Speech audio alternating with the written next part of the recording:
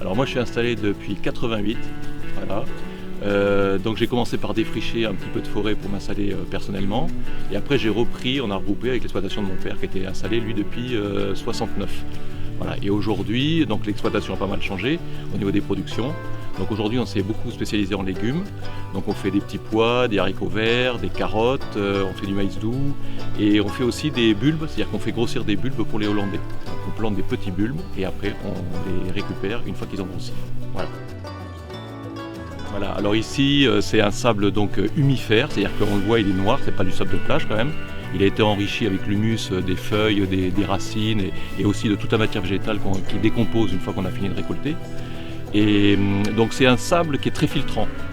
Donc l'été on est obligé d'arroser parce que sinon les plantes mourraient de soif.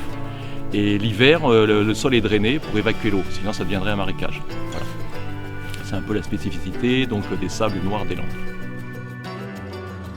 Au niveau agricole, c'est vrai qu'il y a une évolution incroyable entre mon père par exemple et moi et bientôt ma fille. C'est vrai qu'aujourd'hui on a une technologie qui est embarquée au niveau des tracteurs, mais il y a aussi des épandeurs d'engrais, des pulvérisateurs pour épandre des produits. Au niveau de l'irrigation, si aujourd'hui on a la télégestion sur notre téléphone pour surveiller l'arrosage et arrêter, démarrer. On a des sondes qui nous donnent l'humidité du sol et de savoir s'il faut arroser ou pas.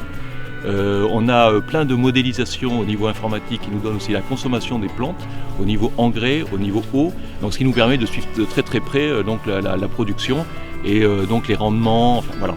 Et aujourd'hui on a même des cartographies de rendement. Quand on utilise les machines, les moissonneuses-batteuses pour récolter, on sait exactement à quel endroit on a fait tant de quintaux, à quel endroit on a fait moins ou plus. Donc ça c'est assez intéressant. Donc c'est vrai que la technologie a pris une grosse part dans l'agriculture. Alors c'est un bien, parce qu'effectivement on est de plus en plus précis au niveau des apports, que ce soit engrais ou produits phyto. Et comme ça permet de ne pas polluer, d'économiser les produits et de donner vraiment la juste dose quand il y en a besoin. Alors ici, quand on est arrivé dans les Landes, c'est mon père qui a commencé, après j'ai pris la suite.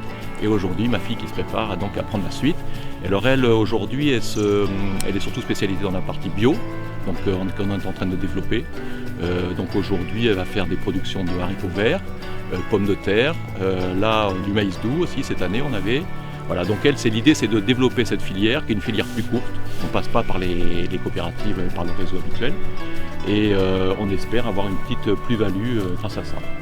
Voilà. Alors c'est vrai que les bottes, ça fait partie de notre équipement, au même titre qu'un pantalon ou qu'un blouson.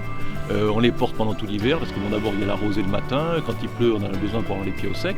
Et alors surtout on a besoin d'avoir une chaussure dans laquelle on est bien, enfin une botte dans laquelle on est bien installé. C'est-à-dire qu'on marche, il ne faut pas qu'on ait mal aux pieds. L'hiver il fait froid donc il faut quand même qu'on soit bien à l'abri, les pieds bien au sec. Et donc ce qui est important pour nous c'est qu'elle tienne bien aux pieds et qu'on soit à l'aise pour marcher et qu'on n'ait pas froid dedans l'hiver. Voilà. Qu'il y ait une semelle qui soit bien isolante.